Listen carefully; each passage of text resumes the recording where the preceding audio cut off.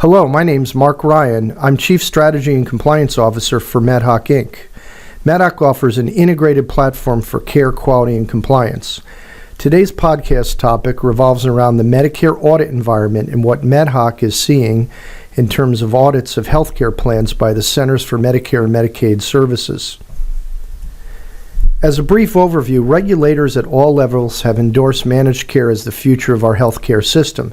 That's great news. For the first time, we'll begin to see the antiquated fee-for-service environment go away in favor of a much more accountable managed care infrastructure, one that can promote quality as well as cost efficiencies.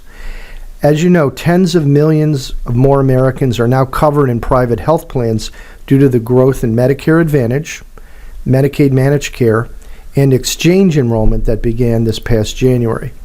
At the same time, a cautionary note for health plans: federal and state regulators are enforcing a much more accountable infrastructure. Directed by CMS, all lines of business seem to be converging toward a national healthcare accountability model. This is impacting Medicaid because the Centers for Medicare and Medicaid Services oversee that program in conjunction with the states. It's impacting Medicare, which is sort of the trailblazer, which is directly controlled by CMS. And lastly, we're predicting that the exchanges will adopt the same type of accountability infrastructure as Medicare and Medicaid because CMS, too, is directing the policy for both federal and state exchanges. And the Patient Protection and Affordable Care Act is very prescriptive when it comes to the kind of infrastructure CMS is allowed to put together. So plans that can really provide quality performance and clinical best practices or excellence will thrive under this new world of healthcare. This next slide shows you a bit about what we've been seeing for the Medicare audit environment. For the past several years, CMS has been ramping up its audit requirements and scrutiny. A recent all-day CMS compliance webinar back in June really underscored the seriousness with which CMS is approaching the issue. As you can see, from January 2012 through May of 2014 alone, CMS took over 200 enforcement actions against health plans. This is the most serious penalty category short of termination and non-renewal. It includes civil monetary penalties, suspension of enrollment, suspension of marketing, and other types of measures. In that time alone, over 60 civil monetary penalties alone were issued, totaling $6.1 million. But CMS actions have actually exploded even more since the beginning of this past year. Since January, CMS has issued over 30 very blistering civil monetary penalty and immediate suspension letters with penalties amounting to over $4.5 million. One of the big factors in some of this renewed audit scrutiny is the fact that CMS is very frustrated with what plans are doing. They indicated that plans are basically taking a blind eye to a wealth of information that CMS has been publishing to improve compliance. There's annual audit guidance that's out there, best practice memos each year, mock audit guidelines, corrective action plans that are made public now on the CMS website, as well as these civil monetary penalty letters that are published almost by the month now, with several new letters every month where plans are being sanctioned for many different factors, all of which are made very, very public by CMS. And they also have these frequent webinars and conferences on the topics. So again, they're very frustrated that despite all of this best practice guidance, plans don't seem to be getting the message about how important CMS views compliance with the contract, making sure that authorizations and appeals and grievances are timely processed, and to make sure that SNIP models of care are followed as well. The other thing I would note is the new dual demonstration requirements have federal and state requirements even more vigorous. And over time, we see this as the blueprint moving forward to actually further ramp up the compliance infrastructure for all lines of business. On this next slide, we've put together a couple of examples of frequent issues found in the civil monetary penalty letters as well as from audits. OD and REC, of course, are the organization determinations and the reconsiderations, what are really known in regular parlance as the Medicare prior authorization and appeal for medical services, and then CD and RD is the coverage determinations and redeterminations, or what most people know as pharmacy prior authorization and appeals. These are some good examples of areas that have been cited as non-compliant by CMS in audits over the past couple of years. Number one, they really want to see documentation of cases in one system for an end-to-end review. There's another concern that plans do not provide for intake of verbal prior authorizations and appeals, both on the pharmacy and on the medical side. There's a strong emphasis by CMS on identification of timeframes and timely processing. This is a big issue. They really expect that, for example, pharmacy timeframes, either 72 hours or 24 hours, depending on the type of request it is for a pharmacy prior authorization, get processed in that time frame. Direct member reimbursements in the pharmacy world also are not being processed as coverage determinations as they must be. So this is another major finding as well. There are untimely or no forwarding to the IRE of drug prior authorizations if they go over the allotted time frame. There's no or untimely effectuation of decisions, which are very important, both in the medical and the pharmacy world. Another big factor is the appropriate classification of cases and the need to ensure that there's a separate review of a qualified individual for any type of appeal on the medical or the pharmacy side. So, for example, there are coverage determinations and organization determinations that are inappropriately being classified as CDs or OTs when they should actually be classified as drug or medical appeals.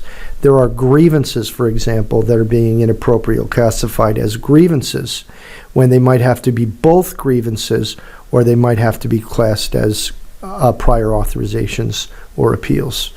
Many plans are reopening prior auths and appeals when they actually should be appeals, or in this case, IRE measures forwarded to the IRE, the external review entity.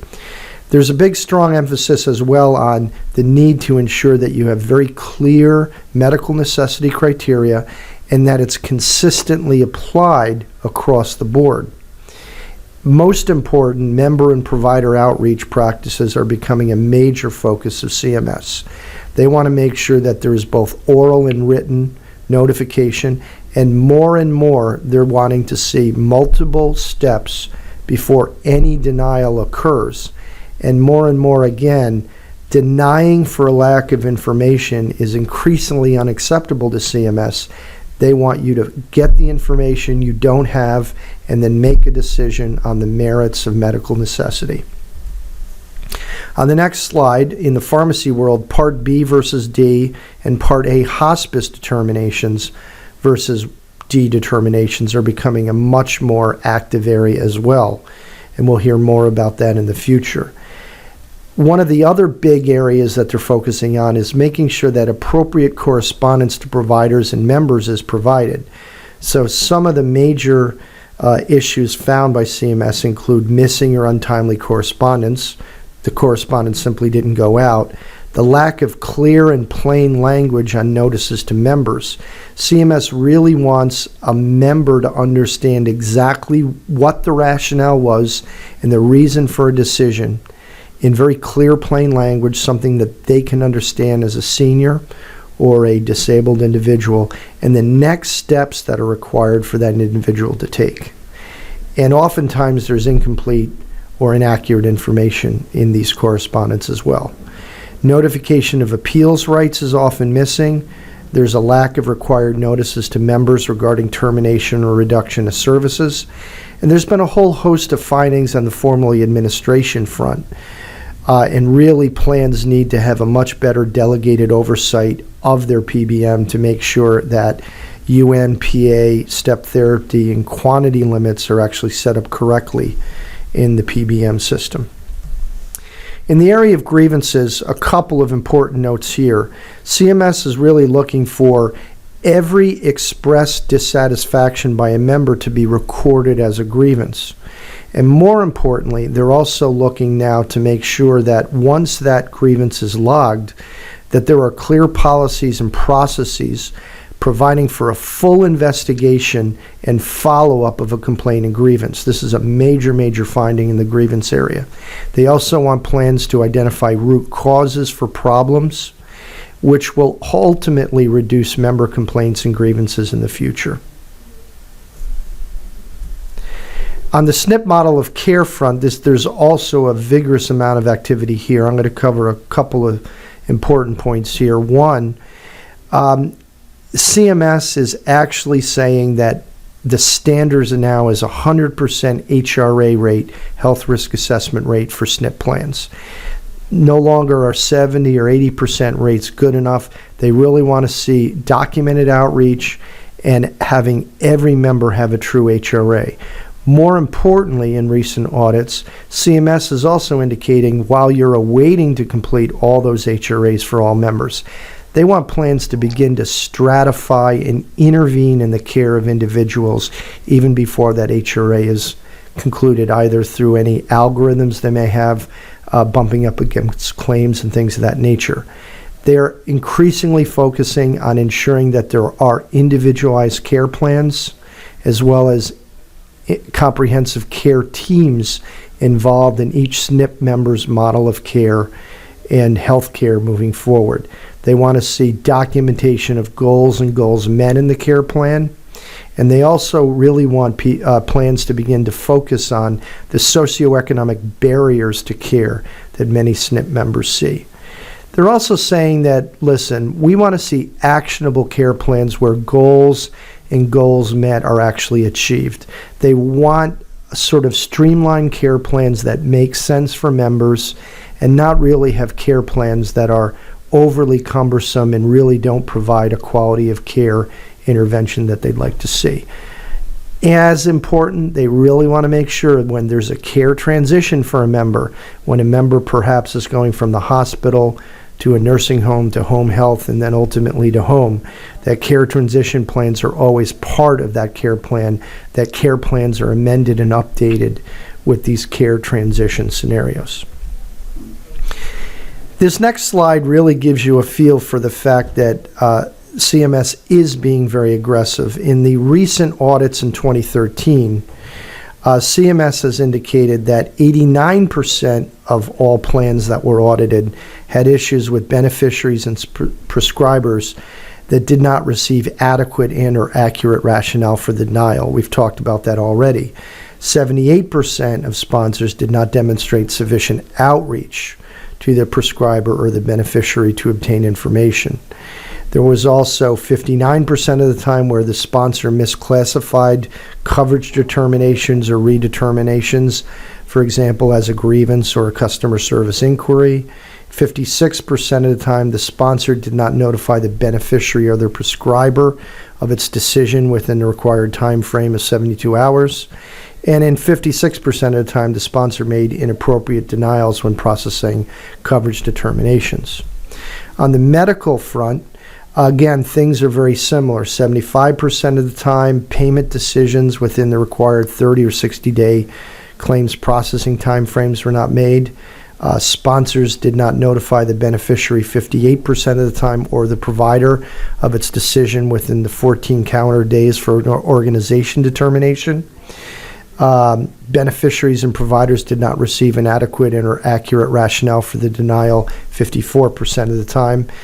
And other cases, in about half the time, the sponsor denied a request for payment from a non-contracted provider, but the remittance advice or denial notice did not state the specific reason for the denial, nor did it provide a description of the appeals process.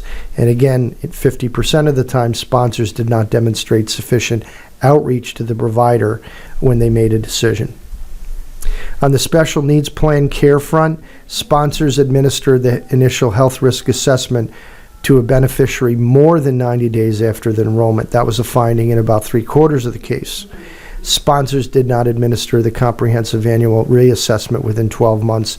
That's an important key point for CMS too. They want to see, even once you do that HRA, that the risk reassessment is done within the specified period of time, either within 12 months or as often as is needed for the health of the member. In 58% of the time, there was no evidence that an individualized care plan was even put together. And in 58% of the time, the ICP did not address issues identified in the HRA.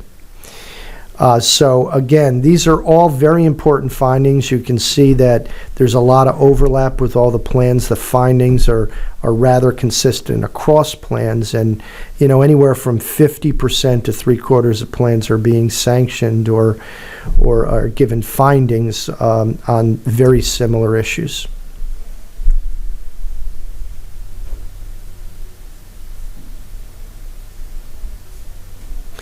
So we hope this brief overview of the Medicare audit environment was very helpful. This last slide here really tells you how MedHOK could potentially help your plan or your entity get into better compliance. You can see, as I noted at the beginning of the presentation, our platform is an integrated single platform that has all of these modules included. We divide them up between care, quality, and compliance. You can see up in the care area, MedHOK offers very important solutions to help you remain compliant on the medical utilization management front, as well as the pharmacy front, as well as in the case of care management for special needs plans. On the quality front, we are a HEDIS certified vendor, so we can help improve your HEDIS scores as well as your STAR scores in Medicare. And lastly, in the compliance front, our appeals, grievance, and CTM modules help you remain compliant with time frames and thoroughly document all of the activities of the health plan. We also have a member and provider portal that help complete the health plan experience by passing on critical information to the member and provider to further improve care and improve compliance. Thank you very much for joining us today on this podcast.